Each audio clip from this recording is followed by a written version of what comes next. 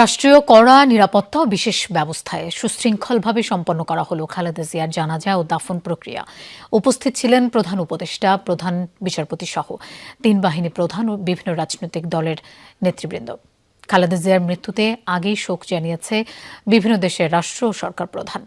শ্রদ্ধা জানাতে ঢাকায় আসেন ভারত, পাকিস্তান, শ্রীলঙ্কা সহ ৩০টিরও বেশি দেশের প্রতিনিধি ও কূটনীতিকরা। খুলে বলো ফ্যান্টাস্টিক নিমো খালাল বিস্কুট খায় সানিও স্ট্যাটাস দিছে ফ্যান্টাস্টিক। রাজধানীর রাজপথ জনসমুদ্রে পরিণত বেলা ২টার আগেই। জনমানুষের এই বিশাল উপস্থিতি কেবল একটি রাজনৈতিক শক্তির বহিঃপ্রকাশ ছিল না, বরং তা ছিল দেশবাসীর আবেগেরও প্রকাশ।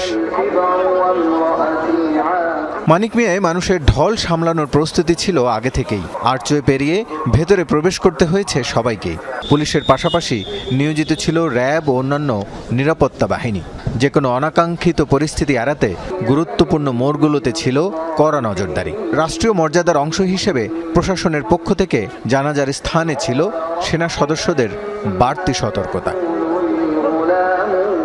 জানাজায় উপস্থিত ছিলেন প্রধান উপদেষ্টা ও উপদেষ্টা পরিষদের সদস্যরা, ছিলেন প্রধান বিচারপতি ও ৩ বাহিনীর প্রধানরাও। রাষ্ট্রপতির পক্ষে শ্রদ্ধা জানান তার সামরিক সচিব। বেগম খালেদা জিয়ার জানাজায় কেবল দেশের মানুষ নয়, নজর ছিল বিশ্ব সম্প্রদায়েরও। ভারত, শ্রীলঙ্কা, মালদ্বীপের পররাষ্ট্রমন্ত্রী ও পাকিস্তানের স্পিকার সহ অন্তত ৩০ দেশের রাষ্ট্রদূত, কূটনীতিক ও আন্তর্জাতিক সংস্থার প্রতিনিধিরা জানাজায় অংশ নেন। সব আনুষ্ঠানিকতা শেষে চিরনিদ্রায় শায়িত করা হয় খালেদা জিয়াকে। রাষ্ট্রীয় রীতি অনুযায়ী গার্ড অব অনার প্রদানের মাধ্যমে তাকে শেষ সম্মান জানানো হয়।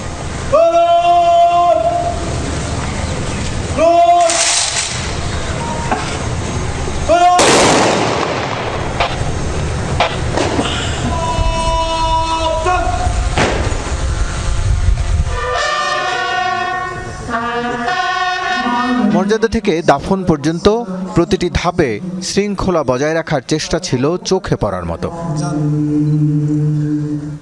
রাসেল আহমেদ, যমুনা নিউজ, ঢাকা।